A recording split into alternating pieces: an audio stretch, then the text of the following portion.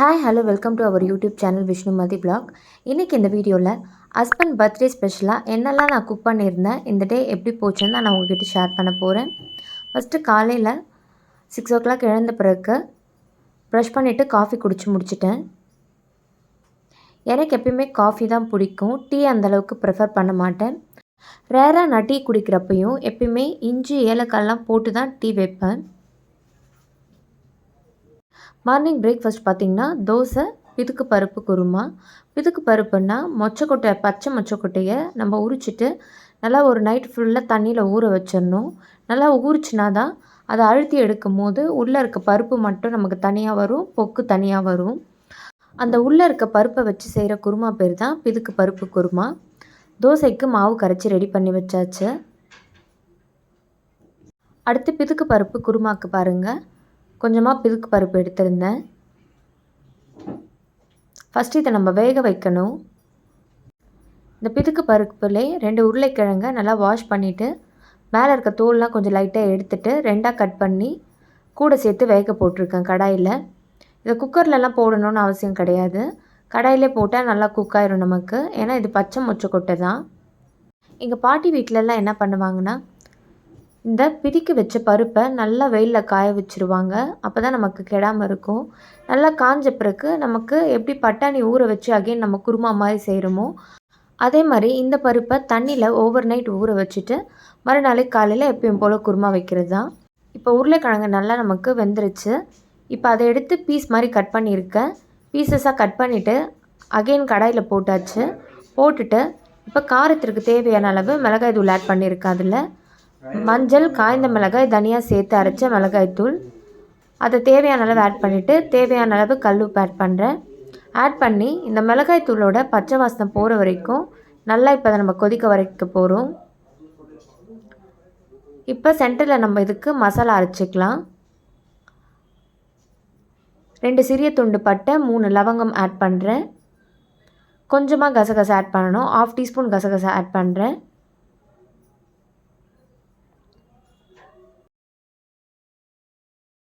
கால் மூடி அளவு தேங்காயை ஆட் பண்ணுறேன்.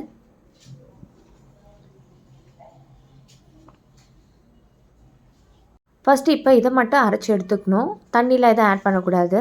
இப்போ லைட்டாக இந்த மாதிரி அரைச்சி எடுத்த பிறகு ஒரு 1 டீஸ்பூனுக்கு இஞ்சி பூண்டு பேஸ்ட் ஆட் பண்ணுறேன். 1/2 டீஸ்பூன் பூண்டு பேஸ்ட்டு, 1/2 டீஸ்பூன் இஞ்சி பேஸ்ட் ஆட் பண்ணியிருக்கேன் இதில். இப்போ ஒரே ஒரு மீடியம் சைஸ் தக்காளி ஆட் பண்ணுறேன். தக்காளி ரொம்ப அதிகமாக ஆட் பண்ணிட்டால் புளிப்பாக இருக்கும் நமக்கு, அதனால் மீடியம் சைஸில் ஒரே தக்காளி ஆட் பண்ணால் போதும். இப்போ இதை நம்ம கோர்ஸாக அரைச்சி எடுத்துக்கணும், தண்ணியில் இதை ஆட் பண்ணக்கூடாது. பாருங்கள், நல்லா இந்த மாதிரி கோர்ஸாக அரைச்சி எடுத்துட்டேன்.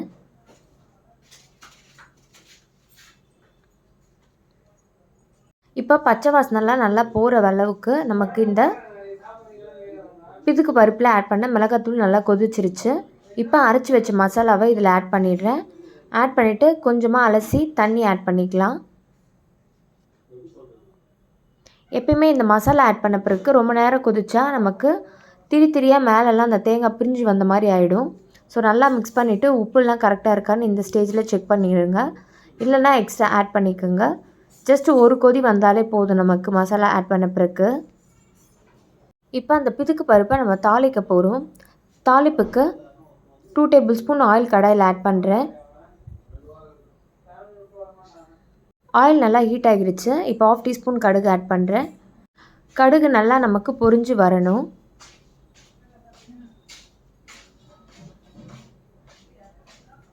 கொஞ்சமாக இப்போ இதில் கருவேப்பிலை ஆட் பண்ணிடுறேன்.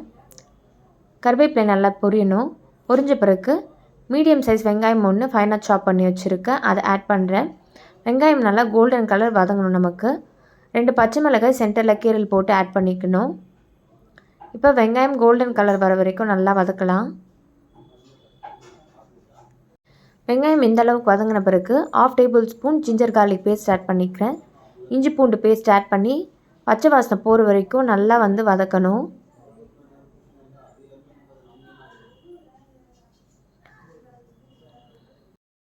ஒரு சைடு குருமா கொதிச்சிட்ருக்குன்னு சொல்லிட்டு இருந்தீங்களா, அதில் இப்போ தாளித்த வெங்காயத்தை ஆட் பண்ணிட்டேன். கொதி இன்னும் நமக்கு வரல. கொதி வந்த பிறகு ஃபைனலாக இதில் ஃபைனாக சாப் பண்ண கொத்தமல்லி கொஞ்சம் தூவி சர்வ் பண்ணால் ரொம்பவே டேஸ்டியான பிதுக்கு பருப்பு குருமா ரெடி. இட்லி, தோசை, சப்பாத்திக்கு, ஈவன் ஒயிட் ரைஸுக்கெல்லாம் இது நல்ல ஒரு காம்பினேஷனாக இருக்கும். இது வரைக்கும் நீங்கள் வீட்டில் இதை ட்ரை பண்ணது கிடையாதுன்னா கண்டிப்பாக ட்ரை பண்ணிவிட்டு எப்படி இருந்ததுன்னு கமெண்ட் செக்ஷனில் மறக்காமல் நீங்கள் ஷேர் பண்ணுங்கள். இப்போ இதை தனியாக எடுத்து வச்சுடுறேன். கேஸ் டர்ன் ஆஃப் பண்ணிடலாம். ஸோ மார்னிங் பிரேக்ஃபாஸ்ட் பார்த்திங்கன்னா தோசை, பிதுக்கு பருப்பு குருமா தான்.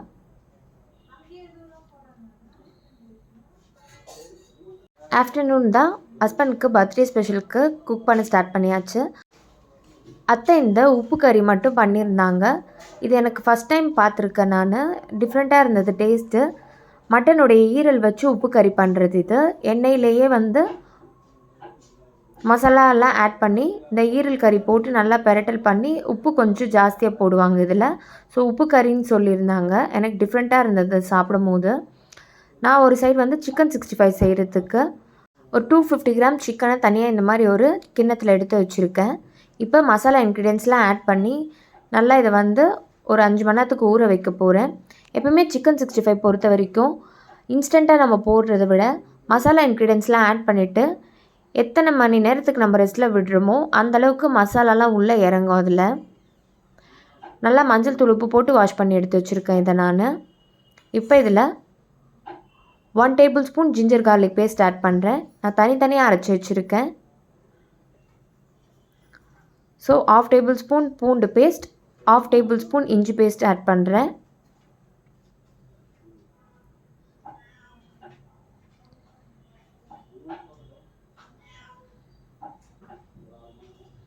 இப்போ ஸ்பைசினஸ்க்கு தேவையான அளவு சக்தி மிளகாய்த்தூள் ஆட் பண்ணிக்கிறேன். வெறும் மிளகாய்த்தூள். நீங்கள் எந்த பிராண்ட் வேணாலும் யூஸ் பண்ணுங்கள். மிளகு தூள்லாம் கூட நம்ம இதில் ஆட் பண்ண போகிறோம். ஸோ அதற்கேற்ப காரம் ஆட் பண்ணணும் நம்ம.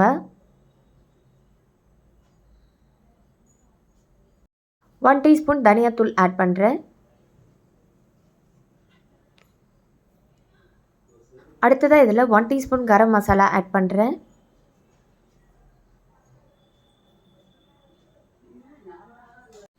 இப்போ இதில் ரெடிமேட் சிக்கன் 65 மசாலாவை 2 டேபிள் ஸ்பூன் ஆட் பண்ணுறேன். மேலே நல்லா நம்ம கோட் ஆகும். இந்த மசாலா உங்ககிட்ட இல்லைன்னா இதுக்கு பதிலாக நீங்கள் 1 tablespoon cornflour, 1 tablespoon rice flour add பண்ணணும். அதை ஆட் பண்ணால் தான் மாவு மேலே நமக்கு கொஞ்சம் கோட் ஆகியிருக்க மாதிரி கரெக்டாக கடையில் வாங்குகிற மாதிரியே நமக்கு அந்த சிக்கன் 65 கிடைக்கும். நான் இந்த ரெடிமேட் மசாலா வாங்கியிருந்தேன். பேக்கெட் மசாலா தான், சிக்கன் 65 மசாலா யூஸ் பண்ணியிருக்கேன். 2 டேபிள் ஸ்பூன் ஆட் பண்ணியாச்சு. 1 டீஸ்பூன் மிளகுத்தூள் ஆட் பண்ணுறேன். ஒரு முட்டை ஆட் பண்ணிக்கிறேன். எக் ஆட் பண்ணால் நல்லா சாஃப்டாக கிடைக்கும் சிக்கன் 65 நமக்கு. மேலே கிறிஸ்பியாக இருக்கும் இந்த மசாலாலாம் ஆட் பண்ணுறது. அதே மாதிரி உள்ளே சாஃப்டாக இருக்கும் இந்த எக் ஆட் பண்ணுறனால. சாஃப்ட்னஸ்க்காக தான் தயிரும் ஆட் பண்ணுறேன். 1 டேபிள் ஸ்பூன் தயிர் ஆட் பண்ணியிருக்கேன். நல்லா நமக்கு கட்டியான தயிராக இருக்கணும், தண்ணியாக இருக்கிறது ஆட் பண்ணக்கூடாது. தேவையான அளவு சால்ட் ஆட் பண்ணிக்கணும். சால்ட் ஆட் பண்ணுறது நான் வீடியோவில் கேப்சர் பண்ண மறந்துட்டேன். ஸோ உங்களுக்கு தேவையான அளவு சால்ட் ஆட் பண்ணிவிட்டு நல்லா இதை மிக்ஸ் பண்ணிக்கணும். பாருங்கள், இந்த மாதிரி கொஞ்சம் மசாலா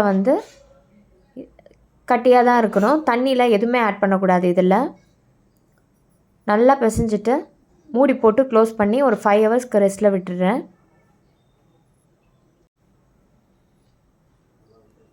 5 ஹவர்ஸ் ஆகிடுச்சு. இப்போ சிக்கன் நம்ம பொரிச்சு எடுத்துடலாம். கடாயில் பொரிக்கிறதுக்கு தேவையான அளவு எண்ணெய் ஆட் பண்ணிக்கிறேன். கொஞ்சமாகவே எண்ணெய் ஆட் பண்ணால் போதும். ஏன்னா இந்த ஆயில் நம்ம அந்த சிக்கன் பொரிச்சது எப்படி இருந்தாலும் கொஞ்சம் ஸ்மெல் வரும். ஸோ நான்வெஜ் செய்கிறதுக்கு மட்டும்தான் இந்த ஆயில் யூஸ் பண்ண முடியும். அதே மாதிரி எண்ணெய் கத்திரிக்காய் குழம்புக்கு யூஸ் பண்ணால் நமக்கு அந்த ஸ்மெல் தெரியாது. ஸோ ஓவராக ஆயில் ஆட் பண்ண வேணாம். ஒரு சைடு கொஞ்சம் பொரிஞ்ச பிறகு இப்போ இன்னொரு சைடு திருப்பி விட்டுறேன். எல்லா பீசஸையும் நல்லா திருப்பி விட்டுடலாம்.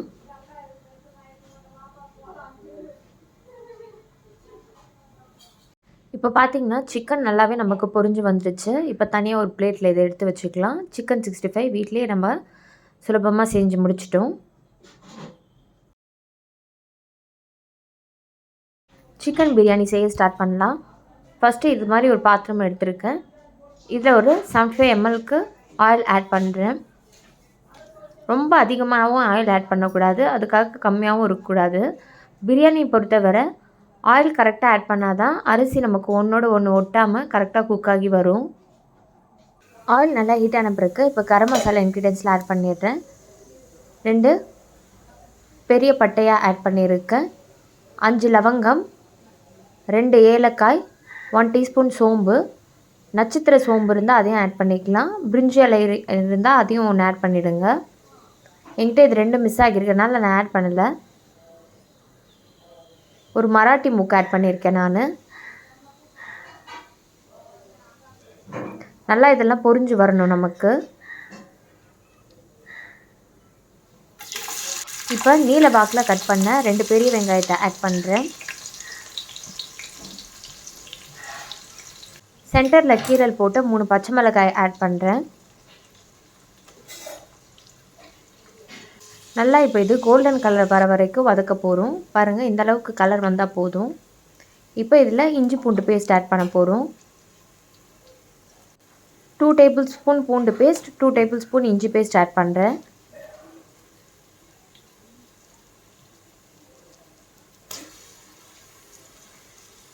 பச்சை வாசனை போகிற வரைக்கும் நல்லா இதை வதக்க போகிறோம். இப்போ நல்லா வதங்கின பிறகு ஒரு கையளவு புதினாவை நல்லா வாஷ் பண்ணி வச்சுருக்கேன், அதை ஆட் பண்ணுறேன்.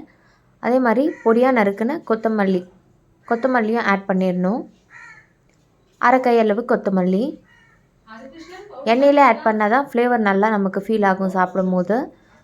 நல்லா மிக்ஸ் பண்ணிடலாம். அடுத்ததாக இதில் 2 பெரிய தக்காளியை நல்லா இந்த மாதிரி அரைச்சி வச்சுருக்கேன், அதை ஆட் பண்ணிடுறேன்.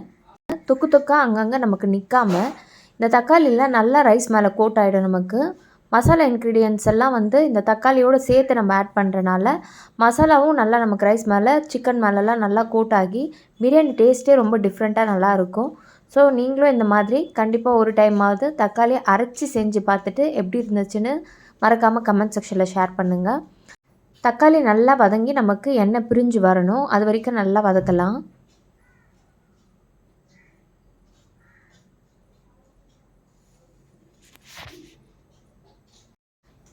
இப்போ ஸ்பைசினஸ்க்கு தேவையான அளவு சக்தி மிளகாய் தூள் ஆட் பண்ணுறேன். வெறும் மிளகாய் தூள் 2 டேபிள் ஸ்பூன் ஆட் பண்ணுறேன். உங்களுக்கு ஸ்பைசினஸ்க்கு தேவையான அளவு நீங்கள் ஆட் பண்ணிக்கோங்க. பச்சை மிளகாய் இதில் ஆல்ரெடி நம்ம ஆட் பண்ணியிருக்கோம், ஸோ அதற்கேற்ப காரம் ஆட் பண்ணிக்கணும். 1 tablespoon biryani masala add பண்ணுறேன். எந்த பிராண்ட் பிரியாணி மசாலா வேணாலும் இங்கே ஆட் பண்ணிக்கலாம், நான் ஆச்சி பிராண்ட் யூஸ் பண்ணுறேன். இப்போது தேவையான அளவு சால்ட் இல்லைனா கல்லுப்பு ஆட் பண்ணிக்கணும், நான் சால்ட் தான் யூஸ் பண்ணுறேன். இப்போ அடுத்ததாக இதில் 500 கிராம் சிக்கன் மஞ்சள் தூள் உப்பு போட்டு நல்லா வாஷ் பண்ணி வச்சுருக்கேன், அதை ஆட் பண்ணிடுறேன்.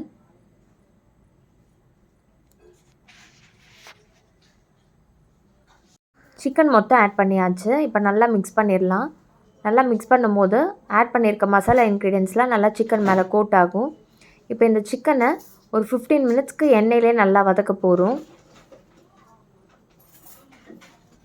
15 மினிட்ஸ் நல்லா எண்ணெயிலே வதக்கியாச்சு. இப்போ ஆட் பண்ணியிருக்க எண்ணெய்லாம் நல்லா பிரிஞ்சு வரும் நமக்கு இந்த ஸ்டேஜில்.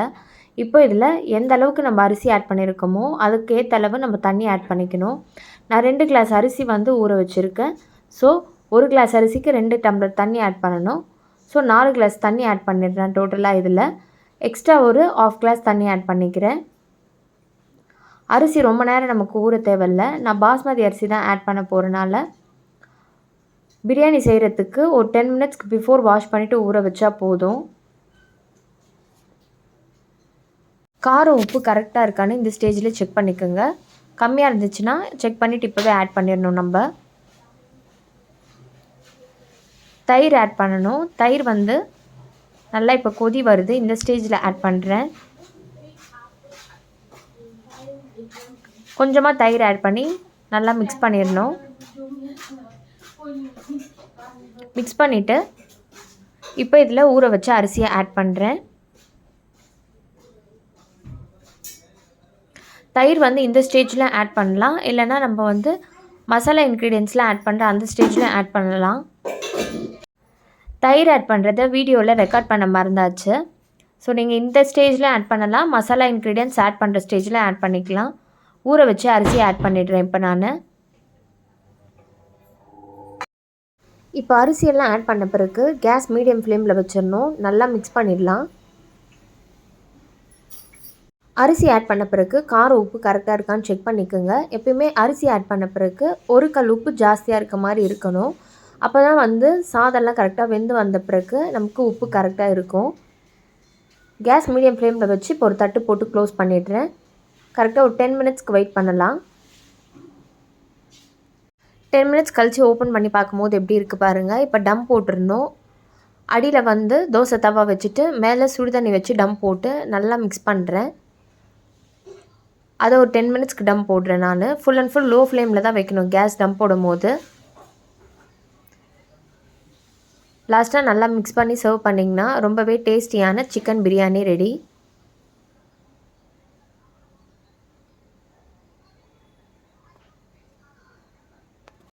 மசாலா சிக்கன் எப்படி பண்ணுறதுன்னு இப்போ வீடியோவில் பார்க்கலாம். இதுக்கு ஃபஸ்ட்டு கடாயில் 2 டேபிள் ஸ்பூன் ஆயில் ஆட் பண்ணுறேன். ஆயில் நல்லா ஹீட் ஆன பிறகு 2 சிறிய துண்டு பட்டை 3 லவங்கம் ஆட் பண்ணுறேன். ஃபைனாக சாப் பண்ண ஒரு மீடியம் சைஸ் பெரிய வெங்காயத்தை ஆட் பண்ணுறேன்.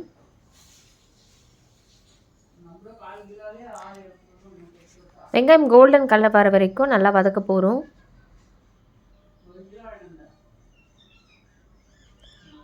இப்போ அரைச்ச தக்காளி பேஸ்ட் ஆட் பண்ணியிருக்கேன். ஆட் பண்ணி தக்காளியும் நல்லா நமக்கு வதங்கிடணும். வதங்கின பிறகு 250 கிராம் சிக்கனை நல்லா வாஷ் பண்ணி வச்சுருக்கேன், அதை ஆட் பண்ணுறேன். தக்காளி அரைச்சி ஆட் பண்ணுங்கள். அப்போ தான் வந்து இந்த சிக்கன் மேலே நல்லா கோட் ஆகும் நமக்கு. ஃபஸ்ட்டு சிக்கன் ஆட் பண்ண பிறகு நல்லா மிக்ஸ் பண்ணிடலாம். மிக்ஸ் பண்ணி ஒரு 10 மினிட்ஸ்க்கு நல்லா எண்ணெயிலே வதங்கின பிறகு ஸ்பைசினஸ்க்கு தேவையான அளவு வெறும் மிளகாய்த்தூள் ஆட் பண்ணுறேன். சக்தி மிளகாய்த்தூள்.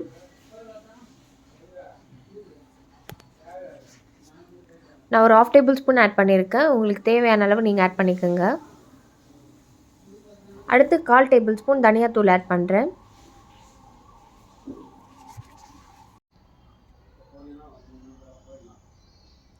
One teaspoon garam masala. Masala இன்க்ரீடியன்ஸ்லாம் add பண்ண பிறகு இப்போ நல்லா மிக்ஸ் பண்ணிடுறேன்.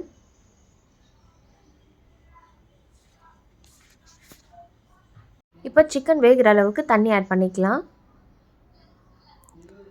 நம்ம ஆட் பண்ணியிருக்க தண்ணியில் நல்லா இந்த மாதிரி சுருண்டு வரணும். அது வரைக்கும் நல்லா இதை வந்து வேக விடணும் நம்ம. இந்த மாதிரி மசாலாலாம் நம்மளுக்கு ட்ரையாக குக் ஆகி வரணும். இப்போ சர்வ் பண்ணால் ரொம்பவே டேஸ்டியான masala chicken ready. Afternoon prepare பண்ண ஸ்டார்ட் பண்ணேன். ஆனால் ஹஸ்பண்ட் வந்து வெளியே போயிட்டனால ஆஃப்டர்நூன் ஃபுட் வந்து எடுத்துக்கல. எனக்கு வந்து ரொம்ப வேலை அன்றைக்கி கொஞ்சம் அதிகமாக இருந்தனால குக்கிங் நான் கம்ப்ளீட் பண்ணி முடித்ததே வந்து ஈவினிங் 4 o'clock தான். ஸோ நைட்டுக்கு டின்னர் ஸ்பெஷலாக பார்த்திங்கன்னா இந்த chicken biryani, chicken 65, masala chicken, mutton குழம்பும் வச்சுருந்தேன், உருளைக்கிழங்கு போட்டு சூப்பராக இருந்தது. ஸோ இதுதான் டின்னருக்கு ஸ்பெஷலாக நான் இன்றைக்கி சாப்பிட்ருந்தோம். அவருடைய பர்த்டே ஸ்பெஷலாக இந்த ரெசிபீஸ்லாம் தான் பண்ணியிருந்தேன். இந்த டேவை இப்படி தான் வந்து ஸ்பெண்ட் பண்ணேன். இந்த வீடியோ கண்டிப்பாக உங்களுக்கு பிடிச்சிருக்கும்னு நினைக்கிறேன். இன்னும் இது போல் நிறைய வீடியோஸ் பார்க்க மறக்காமல் நம்ம சேனல் விஷ்ணுமதி vlogக்கு சப்ஸ்கிரைப் பண்ணுங்கள். Like, share, subscribe and keep supporting to Vishnumathi vlogs. Thanks for watching this video, friends.